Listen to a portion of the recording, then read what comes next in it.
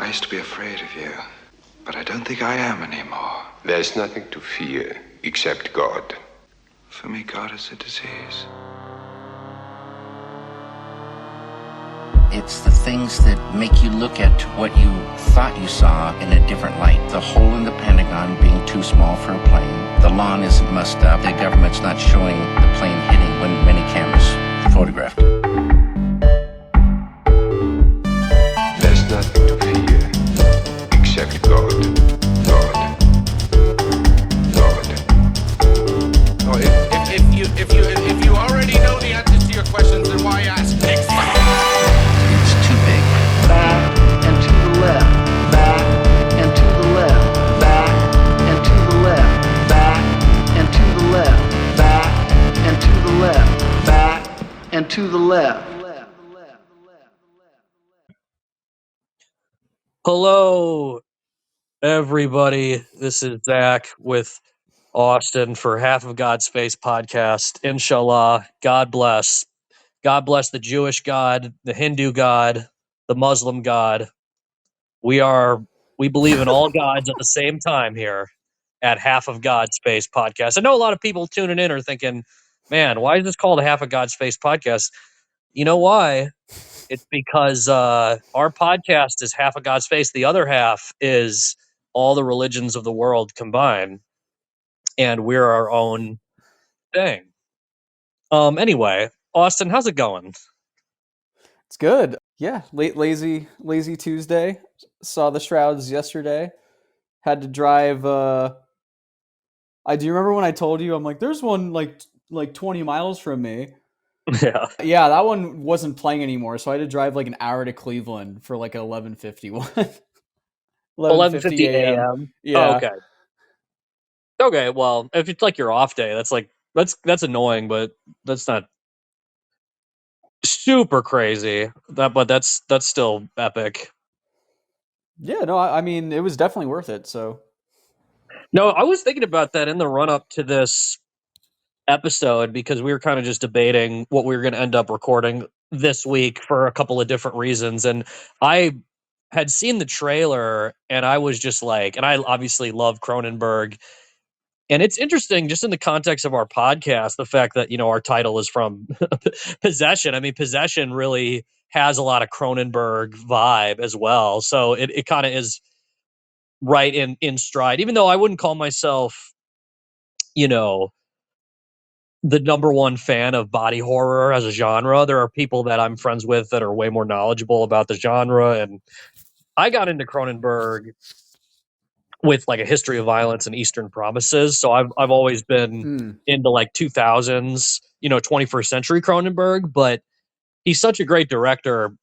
It's kind of fitting that we get to see a new one of his films. So yeah, this episode is all about his new film, The Shrouds, which when I saw the trailer, I was like, okay, I have a feeling this is going to be really, really great, yeah, I mean it hasn't gotten the reception that I would hope that it would, but I think that only makes it more interesting that I believe you and I are very into this movie versus seems like it's not getting the best critical reception, at least in terms of audience, I would say. Yeah, well, because there's this thing about Cronenberg where he's done like some, he'll do genre films and stuff like Eastern Promises and A History of Violence are just so enjoyable. I think everyone basically unanimously loves those films, but Crimes of the Future I thought was fantastic, but there are elements to it that are so on like intentionally inaccessible. Like it's such a like it's not only because it's not really even like a horror movie. Like I mean it is, but it's more like an art film than it is, like a jump scare horror film. Yeah. And it's horrifying seeing, there's like this weird like performance art in Crimes of the Future where people are like cutting themselves up and shit, and it's like really disturbing and disgusting. But it's a lot more inaccessible than the Shrouds, I would say, because it has a very kind of strange plot, and it kind of like similar to the Shrouds, but I think the Shrouds is more based in the contemporary world in this way that's very unsettling. Like, I was almost thinking to myself, is the Shrouds even a science fiction film at this point? I mean, it seems just like a contemporary movie Yeah. that just happens to, and then Crimes of the Future, I would say, is a little bit more. It is a little bit more out there, so it's a little bit more clear. It's science fiction, but the movie's so obtuse and inaccessible that even me being like Mm. loving Cronenberg, even I was like, okay, I would love to rewatch this, but there's something about this film I just didn't understand. I need to see it again. The Shrouds, I feel like, is accessible. It's just that Cronenberg himself is such a deranged genius that it's like in his DNA to like really be disturbing to make disturbing movies. No, for sure. I mean, we'll get into it, but there's definitely some disturbing things in the Shrouds. Did you There know was anything about it when you went in? no, I like I watched a little bit of the trailer up to the point where he's talking to the lady in the beginning, which is crazy that he's explaining the Shrouds to his like blind date, but I like paused the trailer when he says like not exactly to one of her questions, and I went, okay, I don't want to watch the rest of this trailer. I'm good. I'm gonna. Yeah. No, because it really is. It really is just such an insane plot. It's basically this dude's wife dies, and then he decides. I think it's after she dies that he sets up all this shit, right? Where he's like sets up Yeah, owning a cemetery and then a restaurant like in the cemetery, yeah, which is yeah, just kind of funny. yeah. There's a lot of girlfriends and sex. There's the AI. There's this old boyfriend who may or may not have put stuff in her body experimentally, conspiracy, government, etc. Yeah, because I think that's the reason that the movie isn't quite hitting with certain critics and stuff, is that there really is this element deep in the film where it's toying with you as far as how much is being invented or how much is real. But Mm. no, I mean, it really is kind of it really does feel like a Michelle Houellebecq novel, or he did the adaptation for Cosmopolis, which I actually have not seen the movie, but I read the book, Don DeLillo, and the Shrouds really feels like Don DeLillo as well. Don DeLillo wrote this novel, Zero K, and it's about a billionaire who is inspired by the terminal illness of his wife, and he tries to seek immortality for both of them through crypto preservation, is the plot of Whoa. Zero K. So it's kind of eerily similar because, the plot of the Shrouds isn't that he can bring his wife back. It's just that he puts fucking like 3D capable cameras in graves in the grave of his wife, and then in the graves of all these other people who want to pay for the service. Yeah. No, it's And weird then because he's it just sitting. sounds He'll just be in his crazy. office. He'll just be like in his office, or like in his personal home office at home, and so someone will be like, "I can't believe you have that on," and it's just a close up of his wife's skeleton, like in the grave, Yeah. like on his desk, and it's like he literally has a constant feed on his wife's decomposing body. Yeah, no, it's definitely it elicits multiple reactions because I mean there's cultures that exist where I not sure it like they dig up their dead relatives and they like dress them up. Yeah, Cronenberg was talking about some of that, and when he got interviewed by Dennis Lim at the Film Lincoln Center in New York back Mm, in, I think, like 6 months ago, he said, I forget what group of people it was, but he said there was a a ritual that exists where they'll put their dead up on like a giant like wooden structure, and then they'll just let vultures pick apart the corpses, and that's just their tradition. yeah. No, I mean it's weird because I'm sure if I have a lot of family members that have been cremated. I wonder if there's from other perspectives of countries, if you tell them that, like, you burn their body, what the, oh my Yeah. gosh, it's interesting how we I mean, yeah, that's what the film gets into, is that kind of the, I guess, the property and the legality of what you're allowed to do with a corpse, I guess. Well, yeah, that's a good point. I mean, because death is. I read this book a couple of years ago, and why I bring up Welbeck is Michel Welbeck has this fascination with death, and his new novel Annihilation, which took years to be translated, but it's not even that new at this point. It might be like 2 or 3 years old, but finally got an English translation like 6 months ago. And Mm.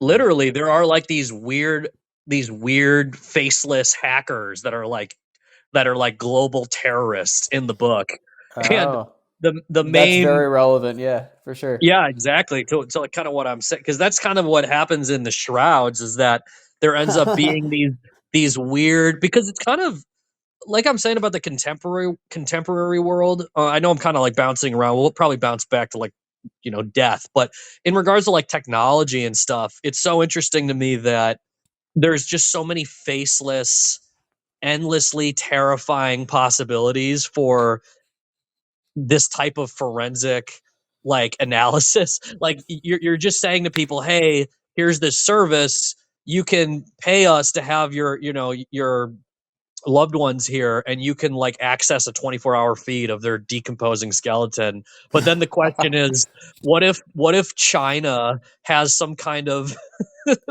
what if they have some kind of like analytic advantage that they get through this Yeah, this system, and then it's like, what if hackers get into this, and then if it's a very specific, like it's only rich people who are putting people there, then it's like people trying to spy on the people whose family members are there, and you're like, oh my god. And that kind of was yeah, connected in with the AI character, where it's this idea, and not to spoil too much because I think it is still kind of speculated, it is still up for interpretation what exactly happens in the film, because kind of what we're alluding oh, to for is sure. his brother-in-law, the dude Guy Pearce plays, who used to date the Diane Kruger twin. So Diane Kruger plays both sisters, but the first sister isn't alive; she's dead the whole movie. The Cronenberg, or sorry, not Cronenberg, but Vincent Cassel's wife is supposedly looks just like Diane Kruger, who's her schizophrenic sister. And this woman Mm. was married to this other guy who's kind of schizophrenic, also played by Guy Pearce. And at different points, they are both saying so much crazy shit that it's like making Vincent Cassell like not know what direction is up.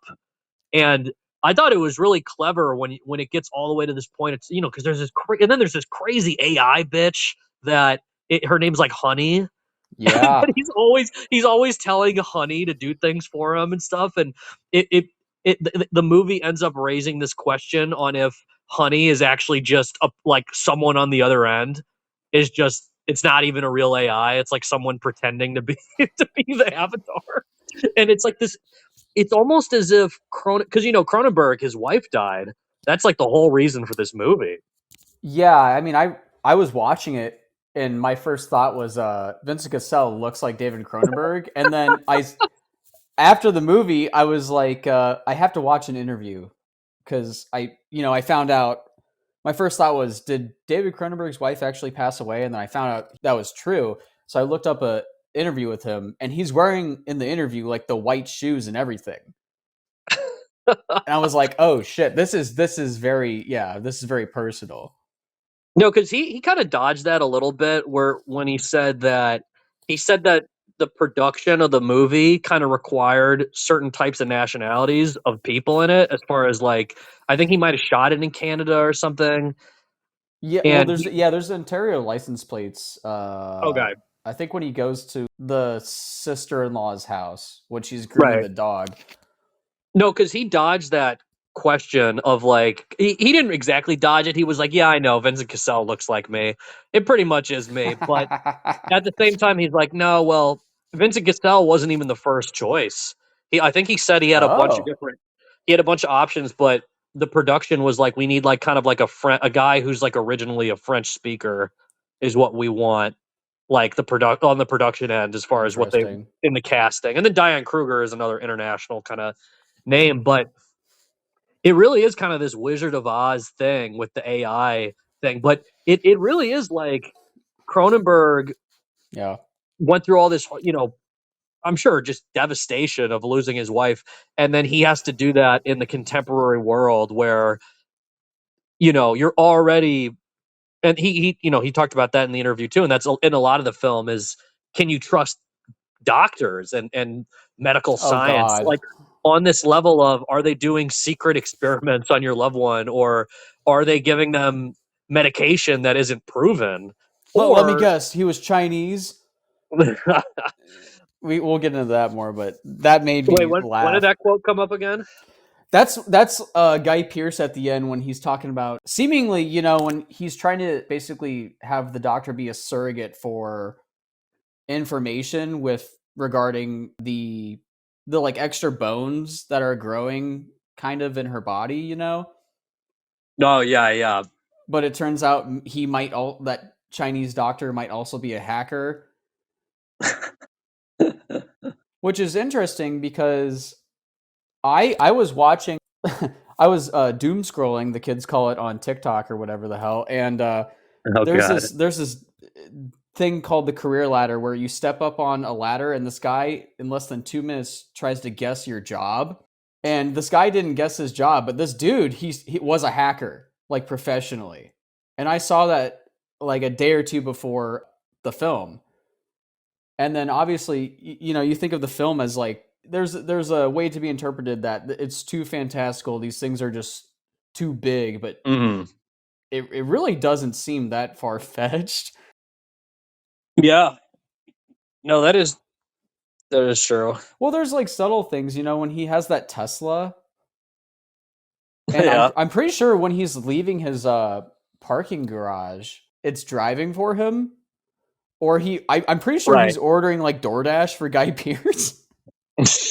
Like they're eating and he's like customizing his order on his phone. I thought that was really funny, but Oh my god. No, I mean there's something so interesting about the role of technology in this film, because Cronenberg, he's always had like a psychosexual connection to like, you know, machines and like, this body horror thing. But back when one of the OG art house screenings when you and Dylan hosted oh Videodrome, god, yeah. and Dylan came in and pretended to shoot you in the head. Can't do that anymore. Whoop. Yeah, I can't believe we even got away with that at the time. But No, no, but yeah, legit. like he's, the penetration with the freaking videotape going to his stomach. Yeah, it's like machine. So Oh, Cronenberg and all has the this the fixation. sexuality of Debbie Harry. I completely forgot about that too. Yeah, it's another movie I just haven't seen in a minute. But I mean, there's a lot of his films that have this, and then Crash in the '90s, which is about people fetishizing car crashes, and everyone starts getting turned on when someone gets in a car crash. Everyone just starts getting turned on, and like they like start fetishizing the James Dean car that he died in. Yeah. And it's a really difficult movie to watch because it's just one sex scene after another, and like at times people are all like cut up and like bleeding and stuff, and you're like, oh Jesus.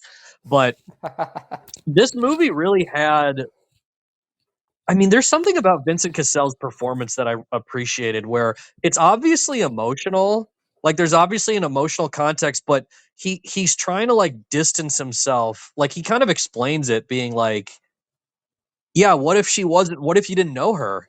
What if it's just what if it's just a Mm, skeleton? And he's like talking about his like wife, and they're both like both his sister-in-law and his brother-in-law. They're both just like, is that how you're dealing with it? You're looking yeah. at her body, and then as we're kind of alluding to with the psychosexual stuff, there are some insane dream type Oh God. sequences where at times you think it might be a memory, and then at other times you think, man, is he? And then at a certain point he says that the AI has gotten into his dreams because the Yeah. AI Well. because the AI pretends to be like this image of his dead wife in his dream. Yeah. And so Did that's you why know I what the think it was a collar dream. But was? She has like a collar around her neck. I don't know what oh yeah, I don't know what that is. I'm still trying to figure that out. I think that might be like a quasi science. That might be the quasi science fiction element of this. Is maybe that's like her part of her treatment or something. Like I'm not even sure. Oh yeah. Or, Well, yeah, they said it was experimental, so that would make sense. no, but when that AI, so that AI honey is just a very, and I didn't even realize it was Diane Kruger's voice We too. found that out today. Yeah, but there's something just so haunting and disturbing about Mm. this AI woman. Just and the fact that it has the same voice as the sister, and then this thing is just it looks like it's trying to be so innocent, you know. And I just appreciate it with Cronenberg that he has this very sharp kind of, you know, cynicism, I feel like. And there's something about Vincent Cassel, like the way his performance is just so removed. Even though this is a movie about, you know, Cronenberg Yeah. grieving his wife, there's this insane, I don't want to say distance, but he still feels very composed and Yeah. very analytic about it. And Vincent Cassel reflects that in his performance. No, it's weird because it kind of reminds me of Eyes Wide Shut in terms of the character. Like Tom Cruise is this rich man, and he's kind of, I don't want to say bland, but he kind of, you know, just moves throughout the story is just kind of moving around him more so Right. than him taking the actions himself. Well, I guess more so in this movie, but he's still charming and attractive and kind of witty. I thought Vincent Cassel was great. I thought his within the first like 10 minutes, I was like, this is a really weird performance. But then Oh my god. No, I I wonder just love why that. I was into that. But I love this the way the movie kind of starts with he goes on a date and then they're at a restaurant on like next to the cemetery that he owns. He owns the restaurant, owns the cemetery, and then this woman's just probing him about his wife and he's like, "Do you want to go? do you How want? dark do you want to go?" Yeah, she's like, I'm okay And with dark, I think is what she said or something. then he just goes off the deep end like, "When my wife died, I wanted to crawl in the box with her." It's like, okay. That's a great line on a date, motherfucker. And then he's like, "Do you want to Yeah, see her body?" And then they go out to the yeah. Why it's cemetery. And then he shows a woman he's on a date with the fucking camera that, and he's like, "Look, you can zoom in." And he just zooms in on this empty skull of his wife. yeah. No, it's a great way to start the movie. Besides, you know, the visualizer of, I guess he's kind of like stuck watching her at the beginning. It's more kind of fantasy, but it's, at least in terms of a simple way of, you know, understanding the filmmaking with exposition and things like that. It seems darkly funny. I mean, more so, I guess, in retrospect, because obviously at the beginning I was like, why the fuck is he showing her? No, but it's a great way to start a movie. I mean, it's a compelling plot, even though it ends up, you know, it only ends up involving two or three characters, and it really is kind of a personal drama. But I love the line too when he goes, "They call us techno atheist infidels." Yeah, was that on anyone's letterbox review? I put it on mine. Oh, that's what I thought. Okay, I remember seeing that. Okay, that's good. No, because he said that in the movie, and I'm like, oh my god, this is just like Michelle Welbeck.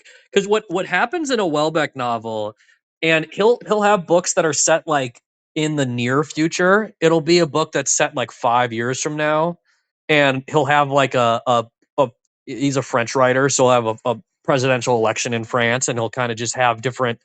He'll have like a scenario play out, right?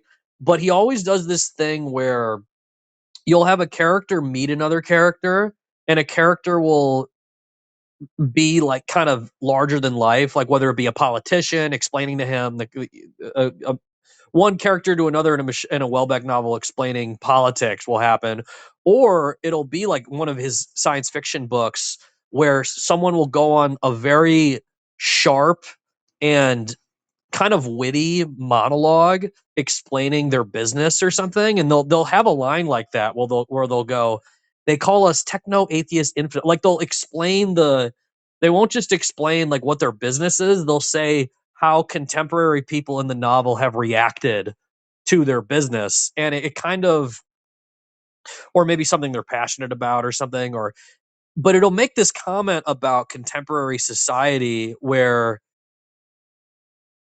you really get a deeper layer as far as the drama. And I kind of felt that with the Shrouds, where I honestly was very stimulated, like mentally just being like, man, just imagine Yeah.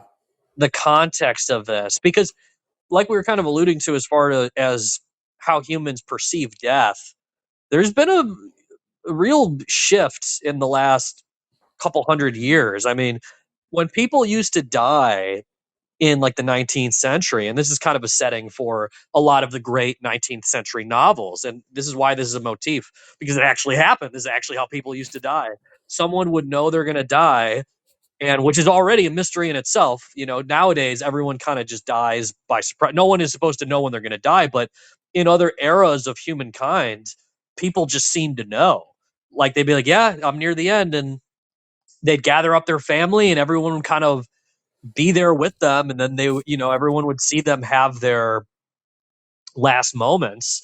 And there's always that scene in 19th century literature, whether it be Russian literature or French Yeah. or English or something. There's a lot of different examples of that scene playing out. And then you get to the 20th century, and rather than people living with their extended family, like rather than children living with their parents their entire lives, people kind of started not doing that. And then by the second half of the 20th century, we decided to put in the West, right? We put old people into retirement homes and hospice and Yeah. hospitals, and then they don't even have that last moment a lot of the time, because a lot of times they're on heavy drugs to keep them from feeling pain. So you sedate people at the end of their life, which used to be a part of life, is you reach the end of life and you have this profound experience when you die, which is painful, Yeah. understandably, right? You don't want to, that's an uncomfortable thing. So there's this brutal, cold aspect to the progression of history where we have been able to take pain away from death for the most part. And further than that, what Michelle Welbeck would even say is death is not something that, the perception of it used to be everyone goes through it, everyone would go through it together, everyone would see the body in the home, they would go to the home after the person was Mm. dead and see the person lying there, and then they would do the funeral, and then they'd have this huge thing. And now we just have a very atomized society where no one really cares about anybody, and all this stuff is lower scale. If someone dies, they die away from everybody, they don't die in the home. You don't see them die, they're in a hospital sedated on drugs, and then you put them off to the side, and it's almost uncomfortable, and it's almost embarrassing to admit that you have like a relative die. It's not the same Yeah. thing as the community coming together and experiencing it. So for Cronenberg, and you can kind of tell he clearly seems to be an atheist. Oh, once yeah, you're I think that's a once you're reasonable done with this assumption. cold process, that is, you're very in the dark, and then there's all this shit about, like we're saying, about hackers and stuff. There's all this stuff about like your biometric data, where you're like, his character, the Vincent Cassell character, is literally worried about his wife's like limbs, to like to Mm. that degree. Her appendages have become data on a computer screen. So then he thinks to himself, who has access to that? So there's this horrific thing about, and then connected in with like the cameras, like in the grave, right? It's this kind of this comment on the inverse of what I was saying about, you know, the community used to be involved in the process of death, and now the community has no connection. People experience death basically totally isolated. And like if you're Vincent Cassel's character, your wife dies, and people say sorry, but there's not like some Yeah. huge thing. And then he doesn't believe in God. So then when she's dead, there's no other side to it. And then you're It's living in also this. interesting that he said that they were trying to deliberately be apart from each other Oh yeah, yeah. because There's I some think weird her things in the immune plot system was too with that. Yeah. compromised. No, yeah. So it's this very isolating process in an era where there are cameras everywhere. Everything is recorded. You can record people without their permission, and nameless, faceless hackers that might be state sponsored could be trying to get the Yeah. most private information on what time did, like, you know, or what time did your significant other die, or what kind of disease did they have and how did that affect them. And there's all this data that it goes from, I don't know, because again, it wasn't necessarily a private thing back in the day, as far, like I'm saying, like the community used to be involved in death, but you kind of see the angle I'm going at this with, as far Yeah. as there being a comment there about Cronenberg being dissatisfied with the direction of how people's how the dead are treated. And I don't know, I personally, I think that's why I almost read the movie as a satire. Is I just thought it was very funny that this was how he processed it. Like he wanted to put Yeah. 24-hour surveillance on a corpse.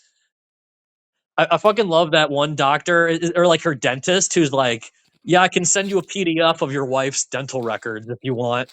Yeah. No, I'm looking at like the Shrouds, specifically the Shrouds in the movie. I think this title is great, by the way.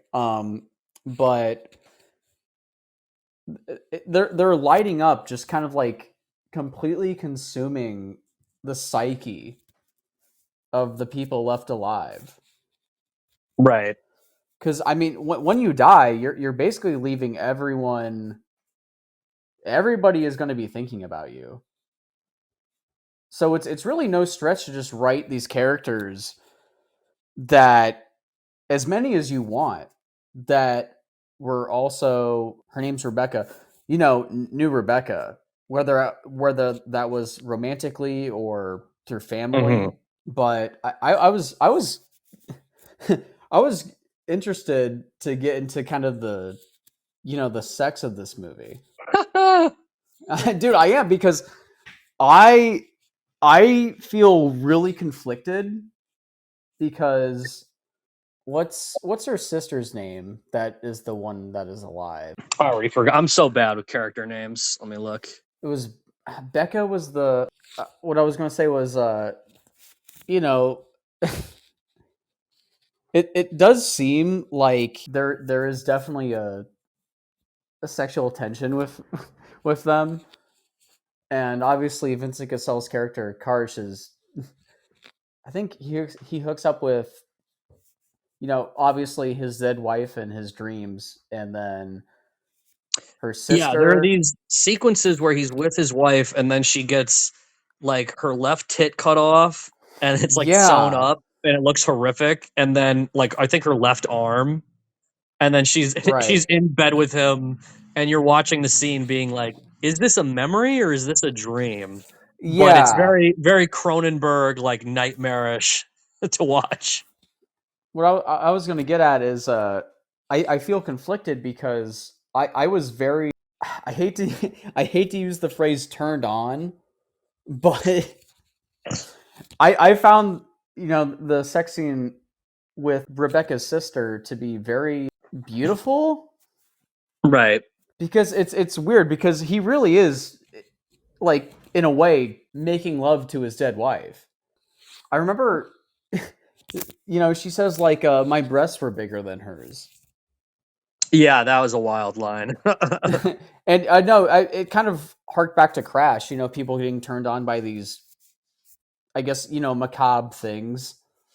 Whether, I Right. guess in this movie it's conspiracy and crash, it says car crashes. But I remember, well, I guess yesterday I remember it was, when she like breaks her hip in the, Right.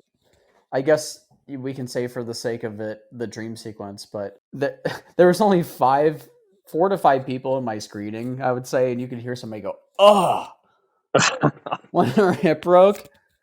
And I was talking to my friend Tori from New York, and he said, "Yeah, dude, that made me like my skin crawl." And No, I got that very is anxious definitely because a I thought good. Cronenberg was gonna push it a lot further. Like he was just gonna end up like having sex with a just completely broken body. But yeah, No, that was very difficult to watch that scene because yeah, it is contrasted. It's the dead wife like in a dream or a nightmare scene, and then it's like the way the movie goes about it is that Guy Pearce brings it up because you think to yourself, oh, Vincent Cassell, he has this relationship with this Diane Kruger woman, and it's not exactly clear that she looks just like her right. sister, but then you kind of figure it out over time. You go, oh, okay, so he's hanging out Are you? with Did you fuck my ex-wife? yeah, and so it's He's Guy like, Pearce who no, brings it up dude, first. no, no, man, Yeah, of course not. You're Guy Pearce is crazy. immediately like, I But assume you're gonna do it because she looks just like your dead wife, But and what's you literally are interesting about that is he's being honest when he asks him that because they haven't done that yet. right. Yet, No, that's true. it's somewhere in his psyche that that's an extreme possibility. No, and it's interesting too. The other plot line that I'm almost like forgetting is just that he has this. The reason the sister starts getting with him is because he gets with that blind lady who's like Right? Yeah, the we haven't daughter talked of about that. a potential client. So is that client? I don't think that client ended up dying, right? I think he's still alive, negotiating with him. Her husband died. Oh, okay, that's what it. Yeah. Yeah, and then yeah, they go to. He's maybe committing to her at the end of the movie. I'm not sure, but yeah, No, I definitely need to see it again to get some of the plot details figured out, but it's really the sister being jealous of him getting with the blind lady that yeah. gets him Oh my god. Well, going again. she's like, I knew when you brought that dog, I was gonna fuck you. Because they see her. He's like kind of like talking about her in a very intense way, and then I don't know if like Karsh's character was seeking her out, like using the blind lady to get that I guess that sexual experience from his wife's sister, or It's possible. yeah, or it just kind of happened naturally, like, oh nope, there she is. That's something that I've been thinking about a lot watching after watching the movie Well, yeah, because because a lot of the psychology of the movie devolves into you really just don't know, and there's a lot of like very schizophrenic conspiracy yeah, theorizing with no evidence. So you almost could like look at that main character like that. Like maybe he had like a plot of his own, but yeah, well, his yeah. performance I is mean, great. he says it kind of at the end. Like, I have a theory. Like, maybe I'm over my wife, and Right. I'm just trying to. I was going to say though, we haven't talked much about Guy Pearce's character, but I found him. I don't. I don't think he was like intended to be the comedic relief of the movie, but I found him very funny. Oh, really?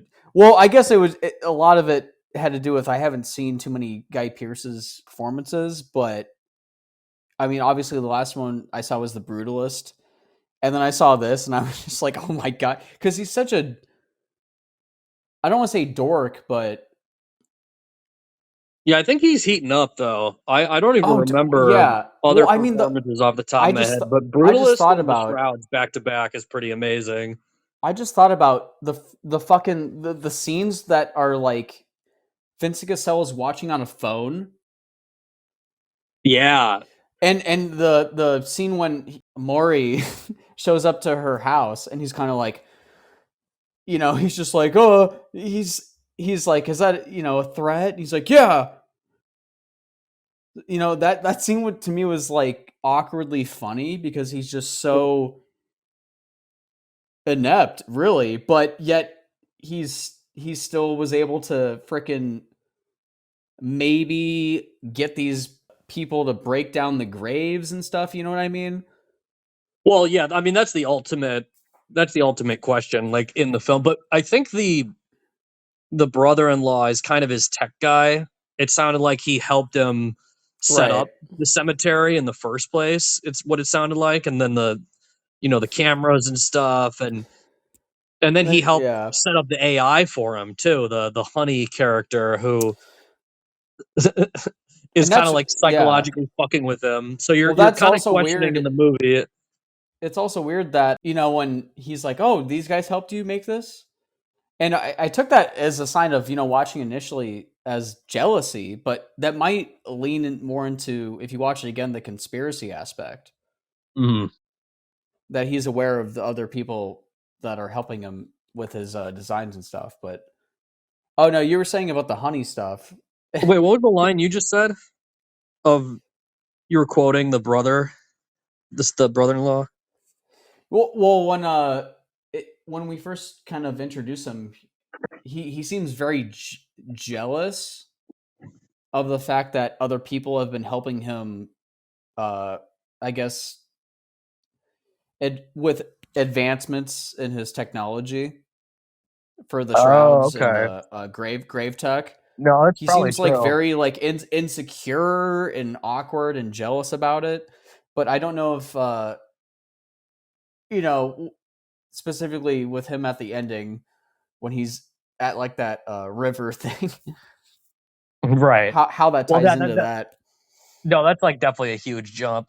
I think there's a lot of Fair, stuff fair, fair. that's I think there's a lot of stuff that's like mixed together with the brother-in-law. I think he does invent some stuff for sure, but I do believe like the state sponsored thing. Like and really the inciting plot of the movie is that he has the cemetery and then someone destroys it. And that person sends him a video of doing it. And and he's looking at the video and he doesn't even know if the people who vandalized the cemetery took the video or if it was someone after the fact. Well, And it had a then, name on it too. oh yeah. It had a name on the.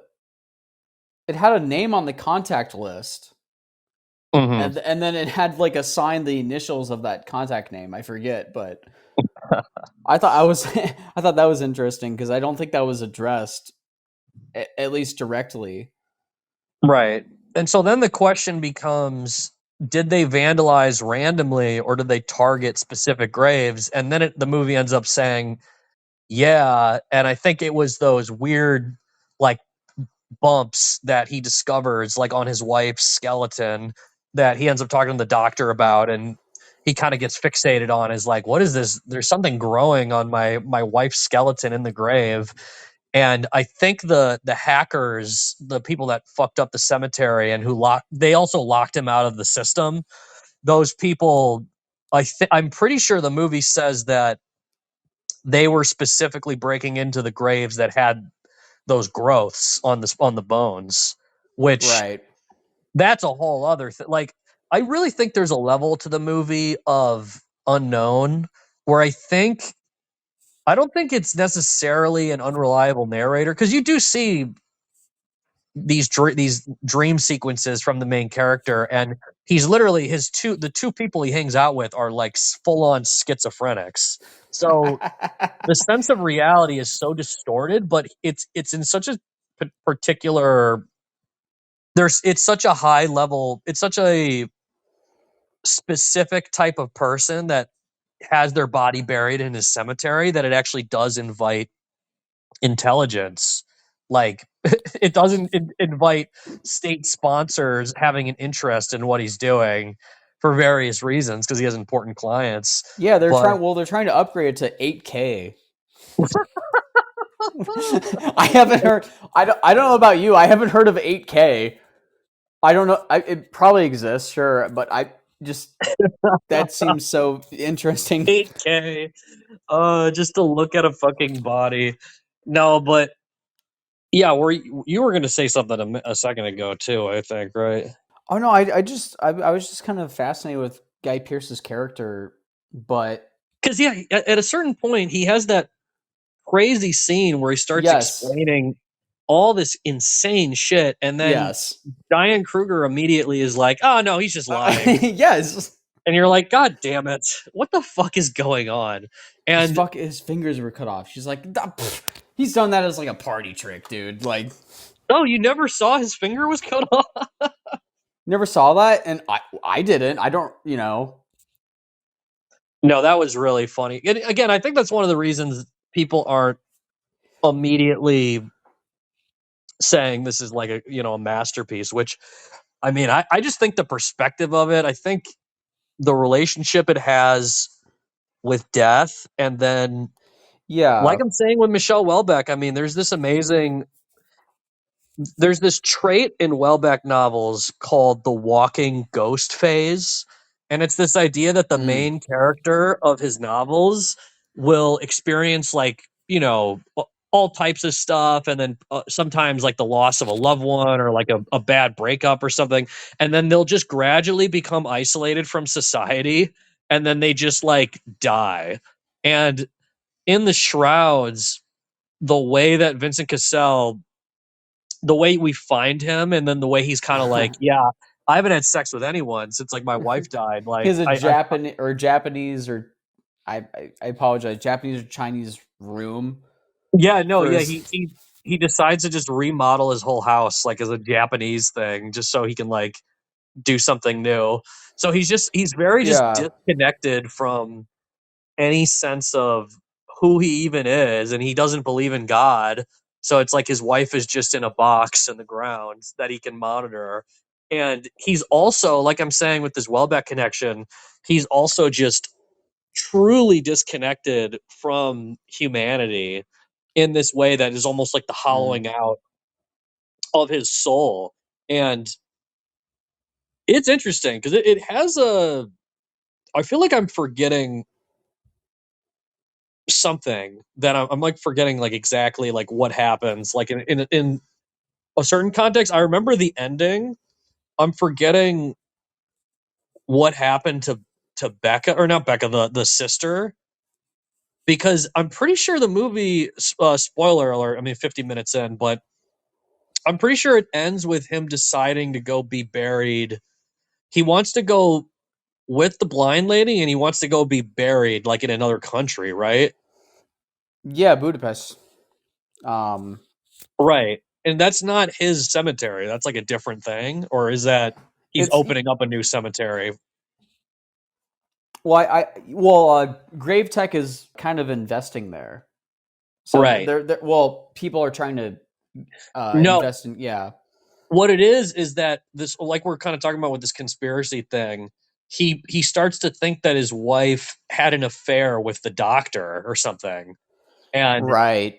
he decides he doesn't want to be buried next to her after all. And he had had his grave saved for her, you know. And you never see the doctor until he gets put in Rebecca's grave. And he's just fucking dead as shit. He has a bullet in his, or yeah, Oh yeah, that was a crazy. See that there are aspects of like the way the movie ends where it definitely does kind of seem like an unreliable narrator, and you really do kind of think like maybe Vincent Cassel is schizophrenic, like maybe he's schizophrenic, and then the people around him are yeah. too. But it's very Well, he gets in the shroud bag, that as well. and Yeah, Honey's like, "What are you doing?" He's like, "I just wanted to see what it feels like," and I thought that was very jarring.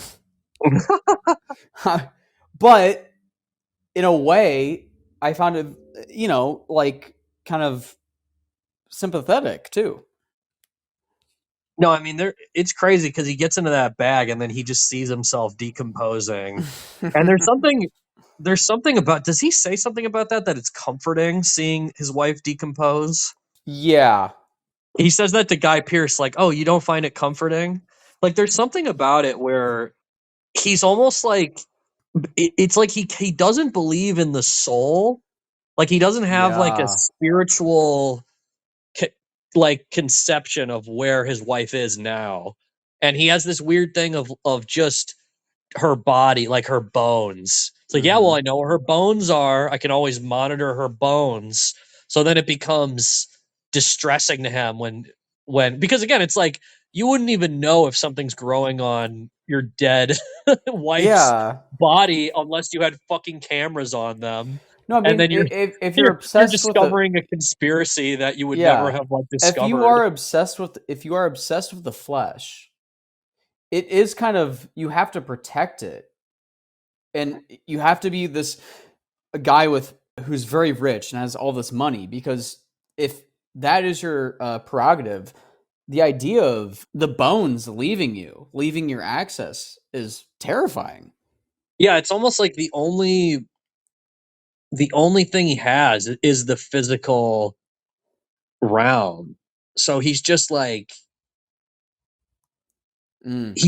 he's like unable to like because we're talking about like grieving and stuff and it's like does this really make it better?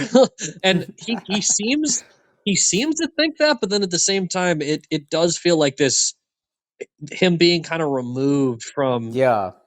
humanity.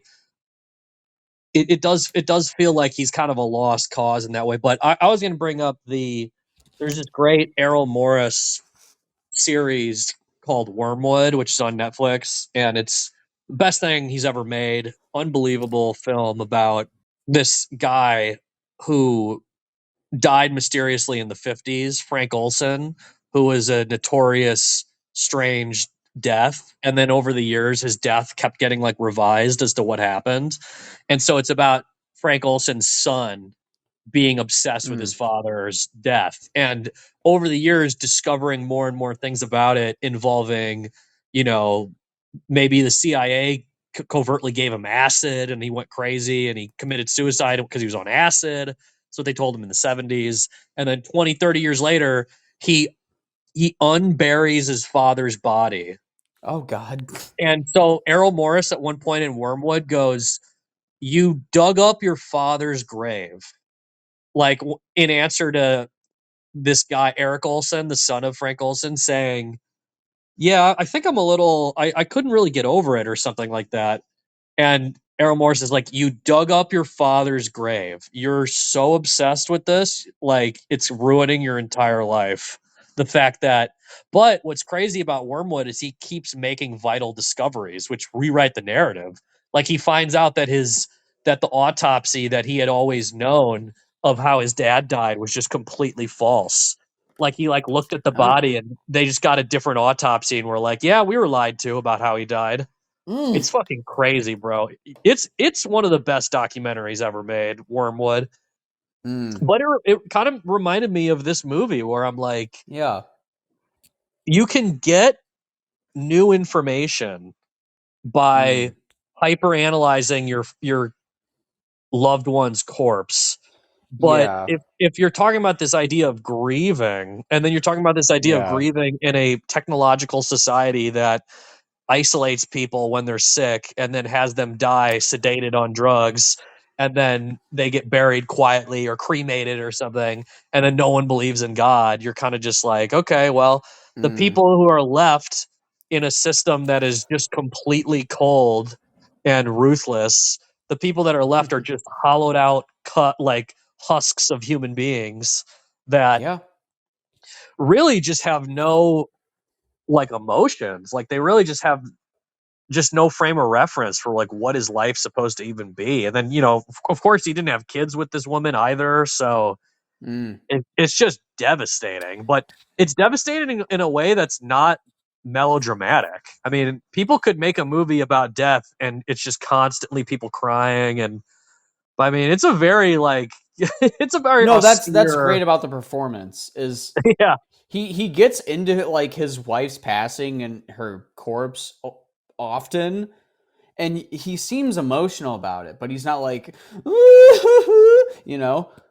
No, exactly. Well, I was. I just thought of something while you were saying that is kind of this hypochondria aspect. I don't know if it's necessarily in the film, but I mean, you know, people that get very scared of health and everything. And obviously, I mean, it doesn't ever say what like cancer she had, but obviously it's it sounds like the worst one imaginable Right. where just but if you're kind of obsessed with death, it is comforting. You know, you're kind of just like, well, I'm because you are going to be dead longer than you will be alive, and Mhm. that is a weird thought, but it is kind of it makes sense in that regard that you would want to, I guess, I don't want to say like respect the dead, but you know, monitor it, obviously, like the film does. I mean, yeah, the longer the film went on, I was like, I felt less and less that it was kooky. Mhm. You just mean like it made more sense, like as far as with how the main character was reacting to stuff? Yeah, but I mean, basically, by the end of the movie, it seems like I don't want to say gives up, but he's way less interested in the I guess the conspiracy aspects and the Right. the the rev- the revenge, because you know he's in the car like, I'm gonna fucking kill Maury, and then he sees him and he's like, oh yeah, whatever.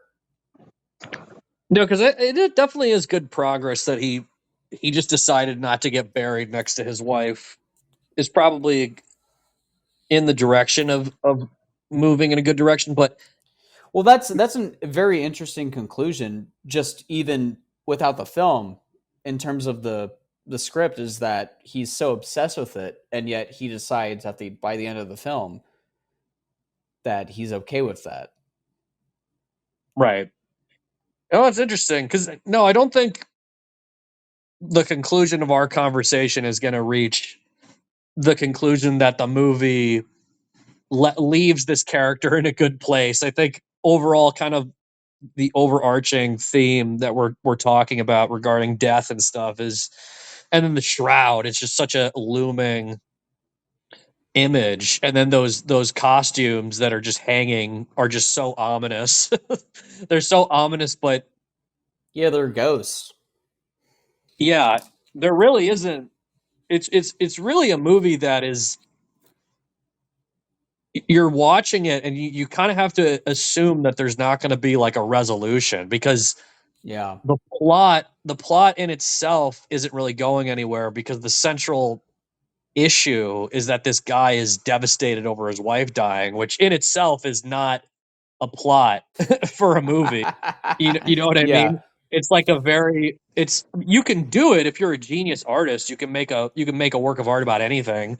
But in regards to the definition of plot as something that, you know, moves from point A to point B, like someone being devastated and then kind of just existing and you know, there's things that happen in the movie, but it's not I feel like it ends up it's not designed to be super consequential, which I think is kind of the nature of a late style for a lot of artists. There's a lot of filmmakers and artists Yeah. that they get a lot more content with what their form is and what the structure for their work is, and then they can do stuff that's a little bit simpler Mm. or it's a little like a you know I feel like the Shrouds is a little bit less concerned if people are locked in. Like it's not necessarily trying to grab your attention. It's just kind of it's existing for Yes. it exists how it needs to exist, but it's not plot driven in the sense of oh this is like a thriller. Like it is interesting when the cemetery gets destroyed. I mean, I was very intrigued, and then the stuff with like the AI character and stuff, but I definitely wasn't drawn to the movie because it was action packed. I was more like emotionally and Yeah. intellectually stimulated by all these ideas. I mean, it really is just a very big idea kind of movie, and it leaves you with something that's an impression that's very haunting.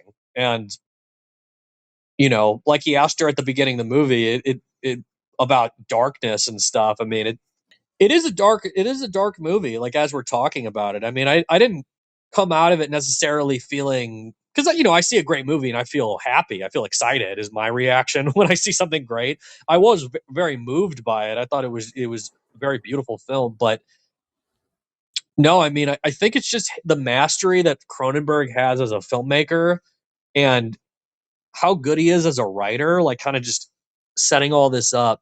It's really amazing to see. And yeah, I mean, I think it is one of his best films. And I think the reason for that is he's diving into like a theme that's just very large and it's just going to age incredibly well.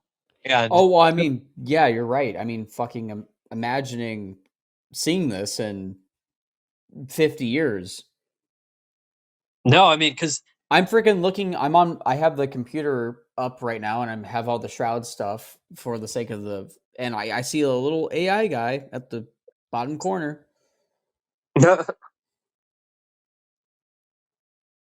no, it's honestly bizarre as far as the direction of humanity is being impossible to predict, but also just the how we're going to deal with death going forward in a world that's, I mean, a lot of the world is still religious for sure, but as far as the West Hmm. is definitely removed. And I think that's kind of the intellectual through line of the movie is this progression through history to now, and it just seems very very empty.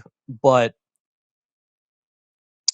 yeah, very empty and removed. It's definitely, I don't think this movie is definitely I don't think this movie is very much giving a positive take on stuff, but I think it's just it's accurate. I think it's a very truthful movie, which is what Yeah. makes it great. But no, I think that's all I got to say on it. Honestly, I don't think I think I covered a lot of what I wanted to say.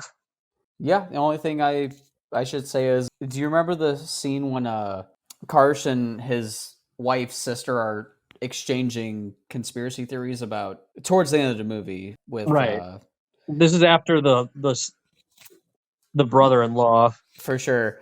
had And had like gone off his rocker, and then she's right. saying that he was lying, and then Karsh starts to tell her more Yes. conspiracy theories. He says, I have a conspiracy that I did this whole thing and I'm trying to like blah blah blah, and she's like, I think you better fuck me before the buzz of that one wears off. There was one person out of the 4 to 5 people in my audience behind me that went, ugh. Like And they were like disgusted, or they were like, dude, are we going to see another sex scene with his sister? no, And I thought that was wonderful. that And is kind of eyes wide no, shut though, it like you were cuts to him saying. getting on the plane. But Right. yeah, No, but that is kind of eyes wide shut though. oh yeah, kind of the we just Nicole like Kidman. we should just basically be having sex. I don't know why we're fucking fighting right now, or this. I don't know why we're thinking about plot. No, that's a great way to. That's definitely a great way to end. Because no, I forgot that it actually was her saying that, and then it cuts to the plane in the last scene. Yeah. That's crazy. Yeah, and then it's And then another kind yeah, of hallucination of sorts. But there was a couple of film kids. I'm assuming like liberal college students behind me as soon as I were like, when it ended, I was like, all right, guys, come on. no, because Cronenberg did say he wished more people laughed watching the Shrouds, but it I definitely, thought it was very funny. no, it's definitely super funny, but it's also Oh, like we're saying, it's just the subject matter. Like you're left in a very you're left in a situation where you don't have uplifting conclusions, and the beauty of the film is the fact that it's so truthful, hmm and it's moving because human beings are we aren't machines, or we're not technology, but we seem to be merging with machines. Yeah. And to a degree where we have to rely on AI to be our friends after our wives die. So it's, it's dark, but I think it's her profoundly name's Honey. true. No, she's so like evil. She's such an evil like character. Yeah, you don't like her.